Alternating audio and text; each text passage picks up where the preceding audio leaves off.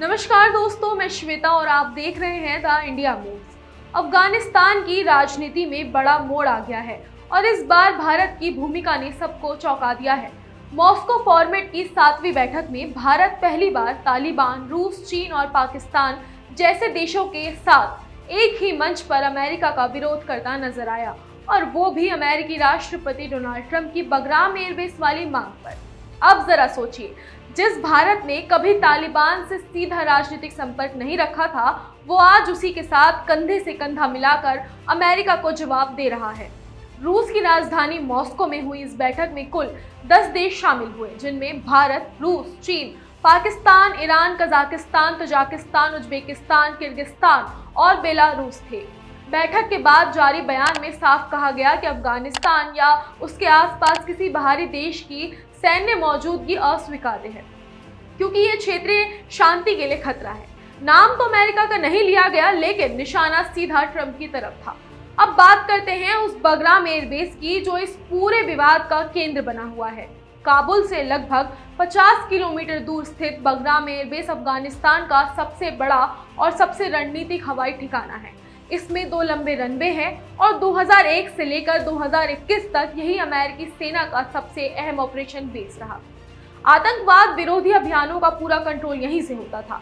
अब ट्रंप चाहते हैं कि तालिबान इसे अमेरिका को वापस दे, ताकि वॉशिंगटन ईरान, चीन और पाकिस्तान जैसे देशों पर नजर रख सके। लेकिन तालिबान का जवाब भी कम तीखा नहीं था। प्रवक्ता जबीहुल्लाह मुजाहिद ने साफ कहा कि हम अपनी जमीन किसी कीमत पर नहीं देंगे और जरूरत पड़ी तो 20 साल और लड़ लेंगे। लेकिन तालिबान भी अब झुकने के मूड में नहीं है। ट्रंप ने भी अपनी आक्रामक बयानबाजी जारी रखी। उन्होंने ब्रिटिश प्रधानमंत्री कीर स्टारमर के साथ प्रेस कॉन्फ्रेंस में कहा कि हमने वो बेस मुफ्त में दे दिया, अब हम उसे वापस चाहते हैं। बाद में अपने social media platform truth social पर उन्होंने लिखा, अगर अफगानिस्तान ने बगराम एयरबेस नहीं लौटाया तो गंभीर नतीजे होंगे। अब इस पूरे विवाद के बीच भारत का ये रुख खास ध्यान खींच रहा है। भारत ने मॉस्को बैठक में स्पष्ट कहा कि अफगानिस्तान की स्थिरता किसी भी बाहरी दबाव से तय नहीं की जा सकती। भारत ने यह भी कहा कि अफगानिस्तान की संप्रभुता और स्वतंत्र निर्णय का सम्मान किया जाना चाहिए और किसी विदेशी हस्तक्षेप से केवल अस्थिरता बढ़ेगी।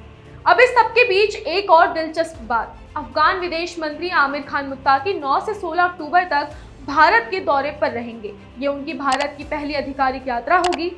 चौंकाने वाली बात यह है कि मुत्ताकी संयुक्त राष्ट्र की प्रतिबंधित सूची में शामिल है, यानी उन्हें भारत आने के लिए विशेष मंजूरी देनी पड़ी। इसे भारत की अफगान नीति में ऐतिहासिक बदलाव के रूप में देखा जा रहा है। कुल मिलाकर ये साफ है कि भारत अब अफगानिस्तान को लेकर पहले वाली देखो पर बोलो मत वाली पॉलिसी से आगे बढ़ गया है। अब वह अपनी रणनीतिक भूमिका निभाने के लिए तैयार है, भले ही उसे तालिबान या चीन जैसे देशों के साथ बैठना क्यों ना पड़े।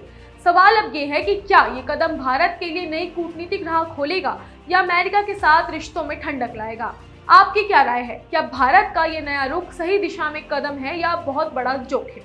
हमें कमेंट्स में जरूर बताएं।